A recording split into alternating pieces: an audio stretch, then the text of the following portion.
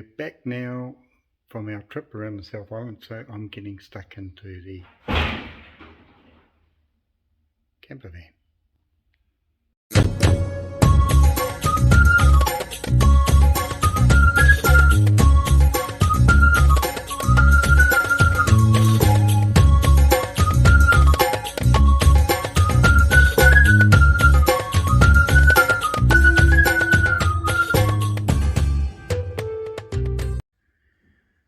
Well, that was lucky. That's just a bit of timber that fell over outside. They're recladding our house, so they stored some timber on top of a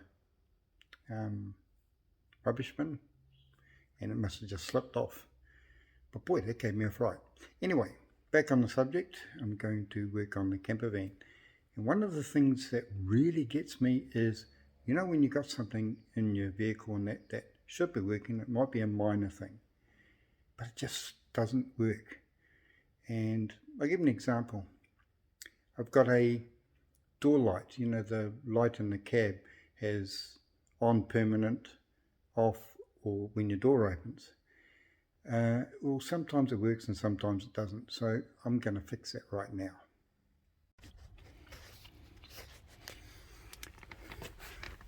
Right, so there's the offending light up there. Now if I fiddle around with the button down here and I pull it out, it comes on, which means that this button is sticking. So on anything metal, this is outside the CRC range of products. If you get the CRC in the red cans, it's good for your metal, protects your metal. If you get CRC in the blue cans, now ignoring this one I've got in my hand, if it's an ordinary CRC blue can, you'll find blue cans are normally to do with wiring. Don't get them mixed up, because it's not good to have your wires go hard or something like that. So anyway, I'm going to undo this and see if I can see what the problem is. Rightio, got it disconnected and just going to pull it through and have a look and see if I can see anything visual, but it doesn't actually come out a long way. So there is a screw in behind. It takes the live feed. So I'm just going to tidy this up. It's got a little bit of corrosion, as you can see. Probably be better to actually get it replaced. So I'm going to give this a clean up and a little bit of a spray and see if that will help with it. So we'll start with doing that. Right, I've unscrewed it all. Now I think it is possibly salvageable if I just get my hands out of the way. This middle piece in here needs cleaning up for a start, and then the inside of this I'm going to clean that up and give that a good clean and tidy all that up and reassemble it back onto here, and should be all go. Okay, so what I've done here is where the spring goes in, and I'll just take this other part out so you can see it. So it's all hollow in here. So what I've done is cleaned it all up, CRC'd it, got a little bit of sandpaper, rolled it up and cleaned it in there. Cleaned this tube here, so now that can go back into there, and put the spring back in, and now we're ready to connect it back onto the screw here, and we'll give that a bit of a clean to make sure it's got a good contact, and then hopefully it will work. Well, after that, I don't know whether you noticed, but I had the components laid out completely in the wrong order. So now I'm going to show you the correct order of how to fix these internal lights. So here we go. Rightio, now this is the correct setup. So the spring is actually sitting inside the body here, and if I get the focus right, so here's your button to operate the spring, and on the back you've got an adjustment screw. Now with this adjustment screw, don't over tighten this back part. on this, because if you over tighten this, it makes it very hard for the button to operate like that. So you've got to have them reasonably loose, not loose that they just spin around, but you just have to back them off a bit. So I've got this one now set up ready to go into the door. So now hopefully that light will work. So here I go. So one thing I didn't mention is that before you start any work, of course, disconnect the power from the battery and do all your fittings, etc., and reassemble them, and then reconnect the battery. It makes life so much easier. Right, first thing I'll do is put this back in the fitting. Now just feed this back through. Once it's back on the fitting, feed it back through in through the door, and then just screw this back in.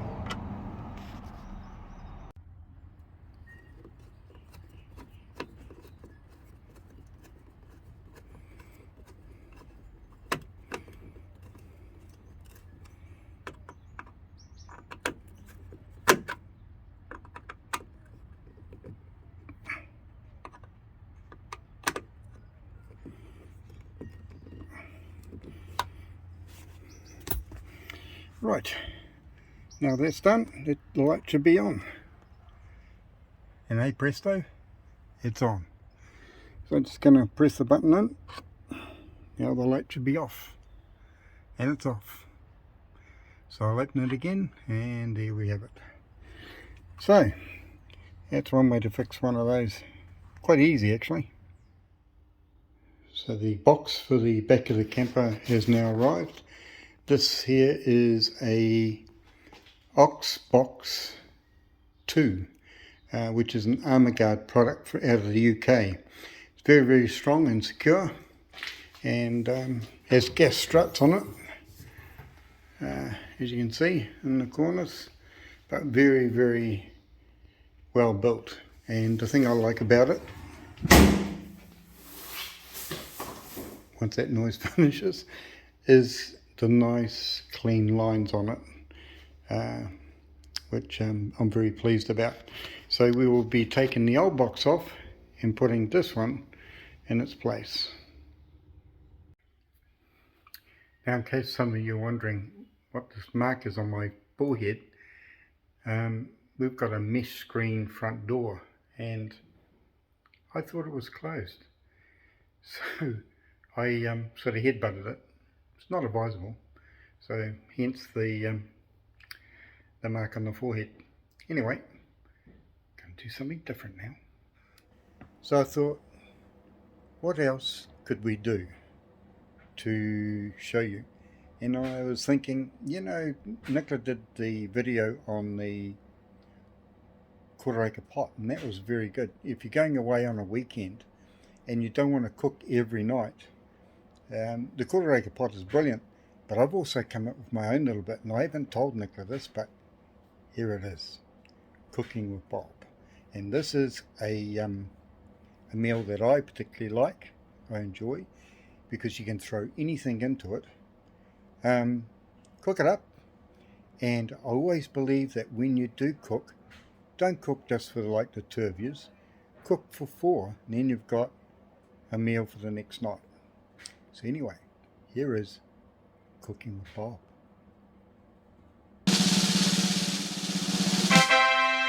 So I've got an onion, a butter, some butter, which I'll only be using about, not even that top blue layer there, just a small amount. Canned chopped tomatoes, beef powder, 1 tomato, some potatoes, some cheese which I'll grate, some corn, some peas, and some sultanas, I think they are, dried sultanas, and some mince. Right, let's get on to it. Right, first thing I've done is make sure I've got a nice clean chopping board, and I'm going to chop up and onion.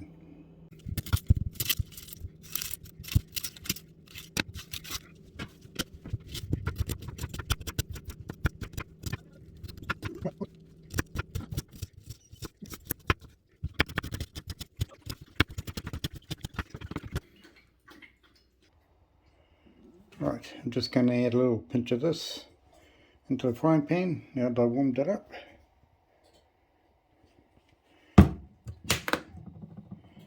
And now, time for the onions.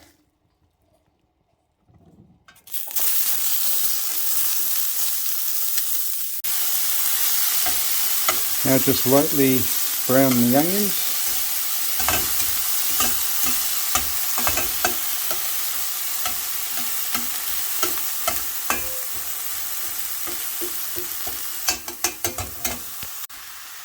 Now I'm going to add the mince to the onions. Chop it all up.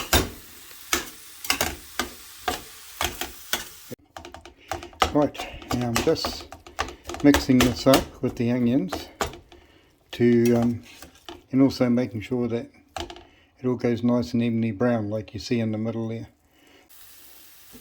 And there you go, you can see it really starting to turn nice and brown now.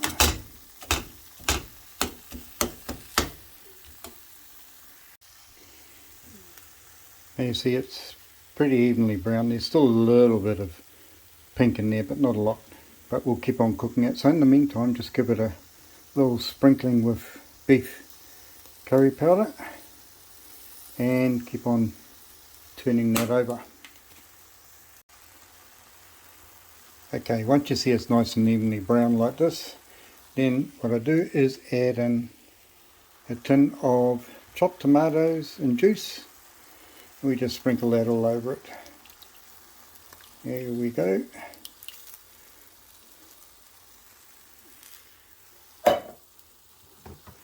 And just mix that in as well.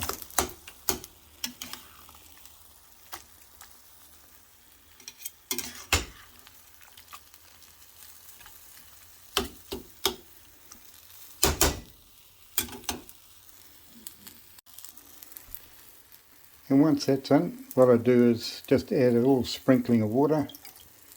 Don't have to put a lot in. Once you get it to this point, then you can add what you like. Now we won't add you. Okay, so what I'm going to add is some corn, some peas, and some dried sultanas. Now you can add whatever you like. This is the best part about doing this sort of meal. You can add what you like, and sometimes I've even put celery in there and all sorts of things. So anyway, this is going to be the mixture for today, and I think these are dried sardines, not sardines, sultanas. Not sure. I nicked them out of the pantry, so let's just add them.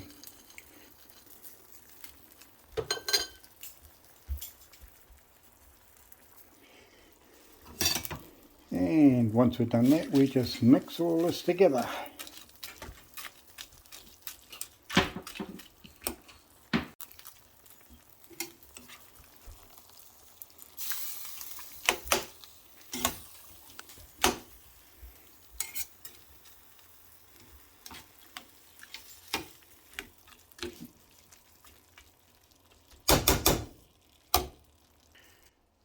So anyway, I'm hoping this will turn out alright.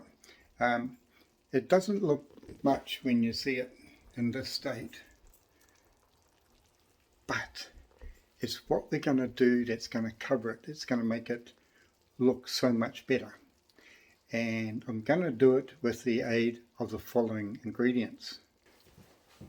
And that is the potatoes, a tomato, and some cheese.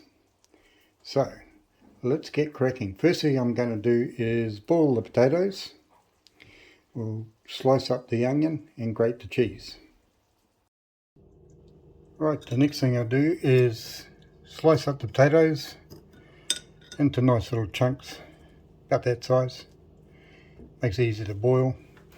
And give them a good wash. Add a bit of water just to cover them, and a sprinkling of salt just over the top, and boil those potatoes away. Rightio, now I've got the potatoes on the boil and the mince is just about cooked. I'm going to chop up the tomato, just slice it all, and then I'm going to grate some cheese, get that all ready to go. Rightio, so there's my sliced tomato and my grated, I was going to say carrots, grated cheese. So they're all ready to go for my topping. Right, once the potatoes are boiled properly, I just add just a dash of milk, because you can always add more milk later to it. So I've just added a dash of milk, and around about just I don't know how you describe it, about a handful or about 25 grams of butter into the bottom. We're going to mash this all up and add a pinch of salt, because I didn't put salt in it while the potatoes were cooking, so just going to do that now. Right, so I've mashed this up to a nice fluffy mix, and now I'm ready to go and put the mince into a casserole dish. Here's my casserole dish. So now I'll transfer the mince and everything that's in it into that casserole dish and spread it all out nice and even. Right, now this is leveled out somewhat, I'm now going to lay the mashed potato on top. Right, so now I've got the mashed potatoes laid on top, and put those nice little fork lines in it, they always look good. So now I'm just going to add the cheese, sprinkle the cheese, and put the bits of tomato on as well. And that should finish the cooking process, just about. So there it is, all ready to go into the oven at 180 degrees under the grill, and just to brown up and melt the cheese and brown the potato on top. So there you go, there is my cottage pie. Good for when you're away in the caravan on these winter nights. And I always make plenty so that you've got a couple of nights worth, and it makes life so much enjoyable. Hope you enjoyed that. That's my one and only cooking lesson on this channel. So yeah, enjoy.